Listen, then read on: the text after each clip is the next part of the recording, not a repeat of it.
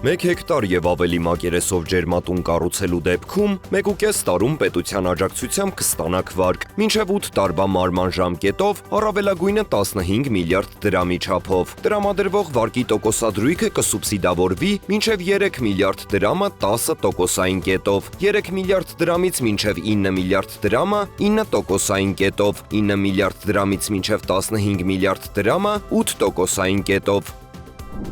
Հայաստանի Հանրապետության փոխվարչապետ Մհեր Գրիգորյանն ընդունել է Ասիական զարգացման բանկի կենտրոնական եւ արևմտյան Ասիայի վարչության գլխավոր տնօրեն Եվգենի Ժուկովին։ Զրուցակիցները քննարկել են Ասիական զարգացման բանկի հետ համագործակցությամբ Հայաստանում իրականացվող ծրագրերը։ Փոխվարչապետը կարևորել է Ասիական զարգացման բանկի գիտելիքի եւ փորձի կիրառումը Հայաստանում իրականացվող բարեփոխումների առաջմղման տեսանկյունից։ Երկուստեք կարևորվել է Ասիական զարգացման բանկի մասնակցությունը Հայաստանում իրականացվող խոշոր ենթակառուցվածքային ծրագրերում։ Մհեր Գրիգորյանն առանձնակի ընդգծել է նաև բնակարանային ապահովման ծրագրի շրջանակներում Ասիական զարգացման բանկի հետ նախատեսվող համագործակցությունը։ Քննարկվել են նաև տարածաշրջանային զարգացումները, այդ թվում խաղաղության խաչմերուկ նախաձեռնության շրջանակներում տարածաշրջանի կայուն զարգացման հեռանկարները։